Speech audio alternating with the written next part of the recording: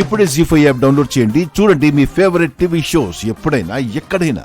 దేవదేవుడు పరమేశ్వరుణ్ణి ప్రసన్నం చేసుకోవడానికి వారు తపస్సు చేస్తుంటే బదరీ ఫలాలను ముక్కోటి దేవతలు నరనారాయణుల తల మీద కురిపించారు.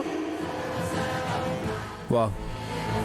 ఆనాటి సంఘటనకి ప్రతీకగా ఇప్పుడు పిల్లల్ని నారాయణుడుగా భావించి భోగి పండ్లు పోసే సాంప్రదాయం వచ్చిందనుకుంటా.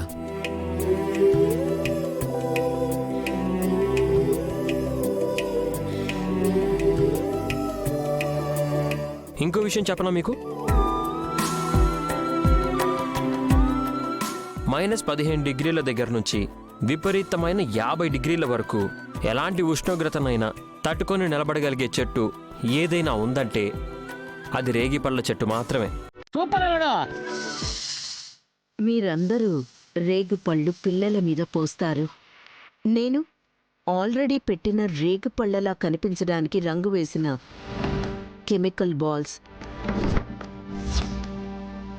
విశాలాక్షి నెత్తిమీద పడగానే గారడి పాప జుట్టు అంటుకుపోయి కేకలు పెడుతుంది. విన్నావా మమ్మీ?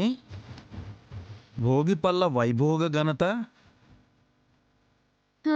చెప్పుకుంటే ఇంకా చాలా ఉంది బావగారు.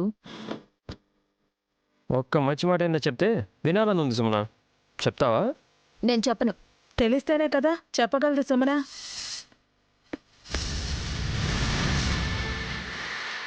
తల పై భాగంలో బ్రహ్మరథం ఉంటుంది. భోగి పళ్ళను పోసి దాన్ని ప్రేరేపితం చేస్తే పిల్లల్లో జ్ఞానం పెరుగుతుంది.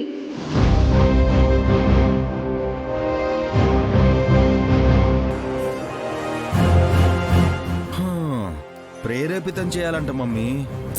చెయ్యాలరా. బంతిపూల రెక్కల్ని కలిపితే దాని లక్షణం వల్ల ఒంటి మీద ఉండే బ్యాక్టీరియాని తొలగిస్తుంది. అమ్మా, పిల్లలతో పాటు నీకు కూడా భోగిపళ్ళు పోస్తారు. అవునటమ్మక్క. నాన్న, పిల్లల్ని కూర్చోపెట్టండి.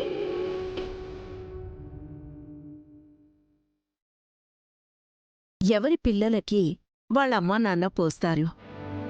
విశాలాక్షి తల మీద మాత్రం నేను పోద్దామనుకుంటున్నాను భోగిపళ్ళు.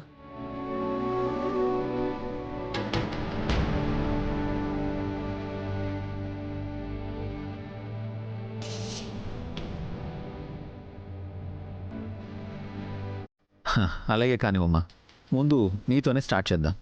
రండి. పర్వాలేదు నాన్న, ముందు మీరు కానివ్వండి. చివర్లో విశాలాక్షి విషయం నేను చూసుకుంటాను.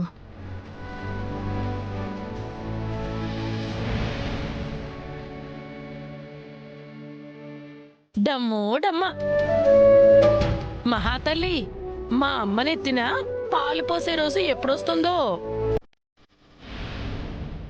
పాలు కాదు డమ్మక్క, పళ్ళు పోస్తుంది మా మమ్మీ. జీ5 యాప్ డౌన్లోడ్ చేసి అన్ని ఎపిసోడ్స్ పూర్తి ఉచితంగా చూడండి.